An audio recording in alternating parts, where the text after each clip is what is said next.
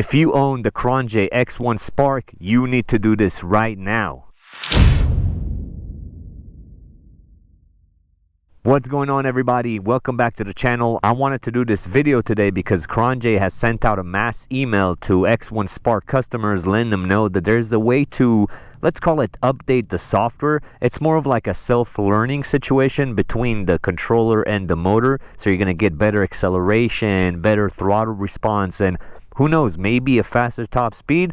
We're going to find out today, so let's jump straight into it. First and foremost, you have to turn the battery on, of course, and then we're going to turn the bike on. Now, the next step is super important, so, I'm even going to write it on the bottom. You got to make sure that rear wheel is going to be off the ground. If not, this thing is just going to launch, so be careful. If you're using a stand, that's good, but make sure you grab the bike while all this is happening because the motor is going to spin, so be careful. It's going to launch on you again. I repeat, have that back wheel off the ground. If you're doing it without a stand, you can use the kickstand and just lift the bike up like that, and that's what I'm going to do. And at this point, we're going to hit this M button, the mode button, 10 times.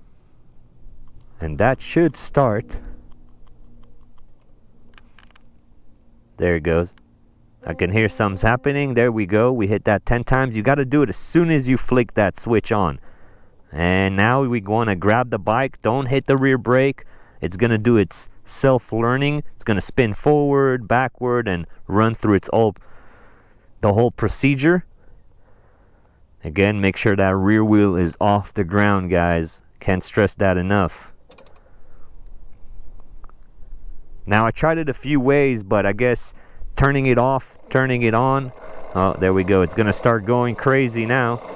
But yeah, as soon as you turn the bike on, 10 quick taps. Yeah, and it's going by itself, as you can see, without touching the throttle. So that's why you want to have that rear wheel off the ground. If not, this thing is going to launch. And it could go even faster than this. This whole process should take about 90 seconds or so. And we should get a better bike by the end of this. Very simple. Okay, that might be it. Okay, that was pretty quick. You can turn the bike off, set it on the ground. Now, let's see how she rides, and are we going to get a faster top speed? I doubt it, but let's give it a shot. All right, let's see how she rides.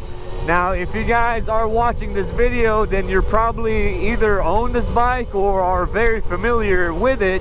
But in case you're not, I have a full review on this bike. This is the Qronge X1 Spark L. This is the L model. I did a review on the M model, which is a little bit smaller, and the L model on 2 different reviews. And I also have a comparison video between the M and the L if you're interested in that. But so far, the throttle response is pretty good. Now, I'll be completely honest with you, it's been a while since I did that review, and I don't ride this bike every day, so I don't fully remember how it was before. I know it was snappy and it was pretty powerful. There's a lot of torque on this bike, but it feels pretty good right now, I'll tell you that much. All I truly care about is the top speed, so let's test that real quick. In my review of this bike, I got it to hit 48.7 miles per hour. I have my GPS app in my pocket. Now, if I'm not mistaken, I did tuck in. So let me tuck in again. Please excuse the camera angle. And let's see, are we gonna get a faster top speed, lower top speed, the same? The battery is full. Running out of room, to be honest with you. I don't know if that was enough. Felt like the bike was kind of gaining a little bit more speed. Let's stop and check that just to make sure. Oh yeah, dude, look at that. 50.5 miles per hour. GPS verified. That is beautiful. Now, I'll be honest with you, I ran out of room. I feel like this bike has a little bit more to give, maybe another 0.5 mile per hour or whatever. I mean, I'll take it. So we definitely got to beat our last record, which was, like I said, 48.7 miles per hour. Now we're at 50.5 miles an hour.